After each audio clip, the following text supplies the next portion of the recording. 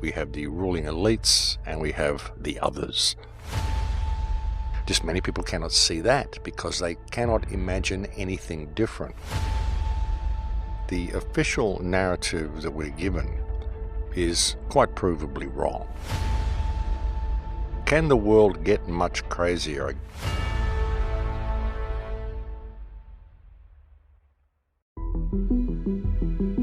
All politicians, folks, they simply don't look at the world through clear enough eyes.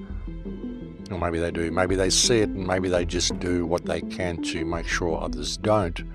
But, a lot of the rhetoric they push, there's nothing that's ever going to lead to freedom. You're not going to find any remedy in politics. The whole political system is a complete joke, and it's designed to be that way. And to tie us up in all this rhetoric and make us actually think that it means something and make us actually think that we're making a difference by voting and supporting different candidates and different puppets that they put up there.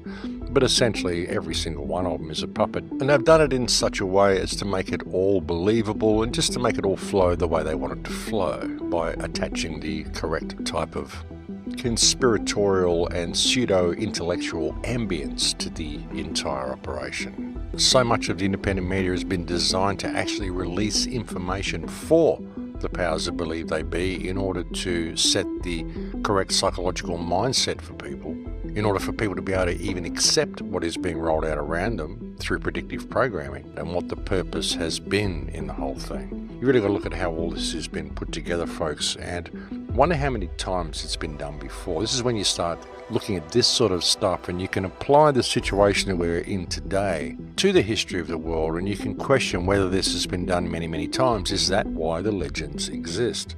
The legends of the scrying mirrors and the beast system. And in the world that we've got today, there's very few people that are even interested in history. Well, people may be interested in it, but they simply don't have time to look because they're too busy running on the treadmill.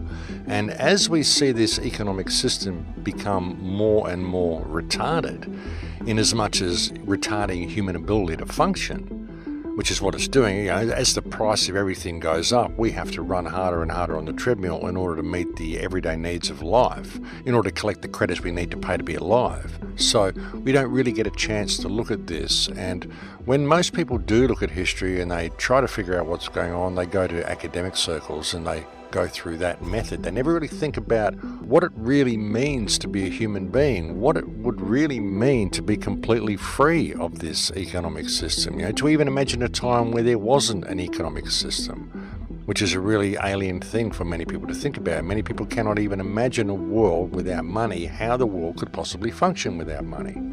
Well, the world that we got now would not function without money, but this world that we've got now is not anything that serves humankind at all. That's the problem. Just many people cannot see that because they cannot imagine anything different, simply because of what they've grown up into. Better the devil you know, and the familiarity of the system. People don't really have to think about their lives too much.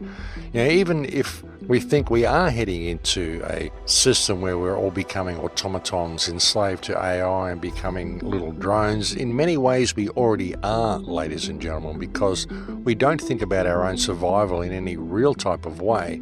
The only way we really think about our survival is how many credits we can achieve and collect so that we can go and buy things from supermarkets and buy all this stuff that we think we need, which we don't. And none of it is about life. None of it is about us. That's when history becomes important. The official narrative that we're given is quite provably wrong. And not only is it wrong, it's not wrong because people have simply made mistakes and got the idea wrong and gone in the wrong direction. And as much as many people may not want to admit it, there comes a point where you have to realize that the reason it's so wrong is because it's been deliberately falsified. And that's a reasonably uncomfortable reality for many people to come to terms with. They can't imagine why it would have been done, but the fact is that this is what has been done. And this is completely confirmed by anybody who actually takes the time to travel around the world and simply observes that which they see. Because quite literally none of what we see around the earth can be explained by the currently accepted academic narrative of history. When you look at all of this stuff, it becomes incredibly apparent that we're being set up. What is being presented to us as convenience is not really convenience. It's a smart prison system which is going to be monitoring everything we do, and the cities have been designed to contain the people within the cities. They make it very difficult for people to go and live outside of the cities. And what they're doing with our communication system as well is they're digitizing everything, as well as our monetary system, digitizing everything. And if you say anything outside the government agenda, say anything that isn't approved by the government or step outside the lines in any way, they can simply freeze your assets and you are stuck at that point. You have nowhere to go. The whole AI system we're being led into, all of our life skills being removed from us, everything that it means to be human is being removed from us, and we're being moved into this machine culture. And in order to stop it, all we really have to do is reconnect with our humanity. That's the thing. People in the modern world don't even want to look at this stuff. They think, well, if we're that far removed from what we were, then why even look at it? Because we're never going to get back. We might as well just go in the direction that we're going now. And they want to embrace this technology. It just seems to be something that people are really looking forward to. It's a strange thing, but I would suggest that the reason why people are looking forward to it and why people are embracing technology so much is because of that telepathic concept, that concept of connection they can get from it, because it's such a real concept. It's something that we take to like a fish to water, because it's something that we're able to do with our inner technology if we simply had access to this inner technology. That's why all this external technology seems so appealing to us, because it's second nature to us to have this communication, to have this connection to all that is.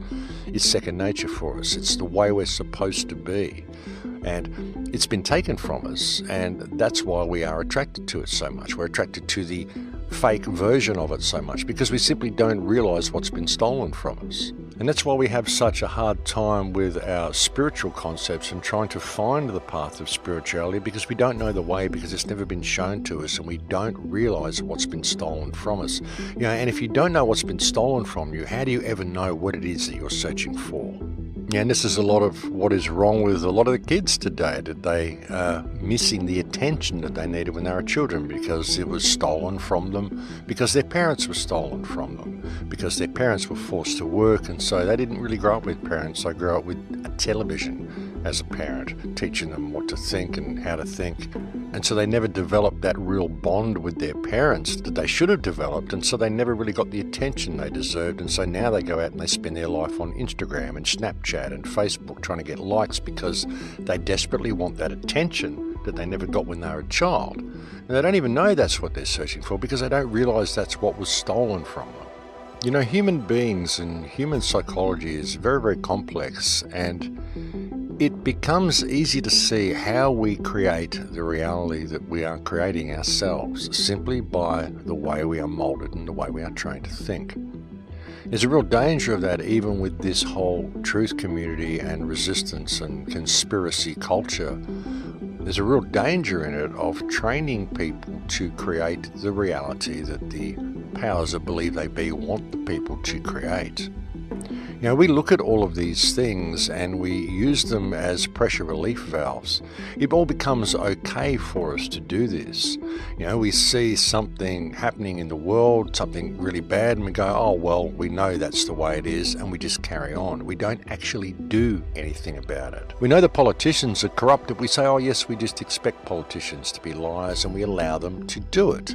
It's just all okay. We just accept it, and we carry on with our lives because we think that's just the way it is. That's a lot of what this culture has done. It has taught us to accept corruption all around us and to believe that we can't do anything about it, to believe that these people are all powerful when they're not. They're just people. And very often they're people that we employ to manage infrastructure for us and act in a responsible manner, and they don't do it. And we continually allow ourselves to stay outside our moral compass rather than doing the right thing in all of these situations. This is something that I've addressed so many times on the air. If we were to simply stand in our moral compass and stand up and say, no, enough is enough, and realize that what we're dealing with here is just people, then we could change the world in a day. But we don't. We allow it all to continue, and we're just okay with it, and we just accept it, and we go back to work, and then we pretend nothing's going on. It's ridiculous, folks. If we were in our divinity, we would change things in a day. We would see a problem and we would say, well, we need to fix the problem. You don't petition someone and ask them if they will please do something about the problem. We fix the problem. But we don't do that. We just accept it. We move on. We be politically correct, and we don't want to rock the boat or say the wrong thing or make anyone think that we might be someone radical, or all of this programming that's been put into people. We're simply not in our divinity, folks. Everything about this system is designed to squash human divinity. Squash the divine feminine, squash the divine masculine, squash the whole thing, and get people to comply with rules which do not serve us. And all we have to do is step into our moral compass and change the world. Just say no. Ask questions, ladies and gentlemen.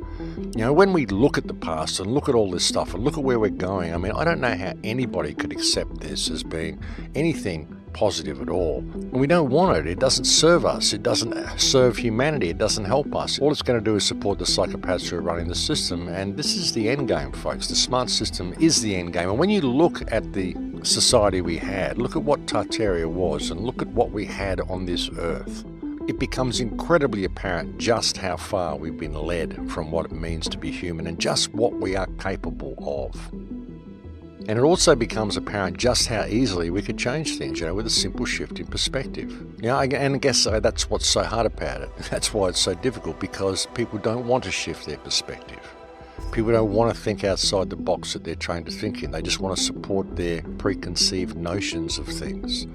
People don't want a real dose of reality, because it may mean they'd have to think about things. It may mean they have to actually take a little bit of responsibility for the situation the world is in.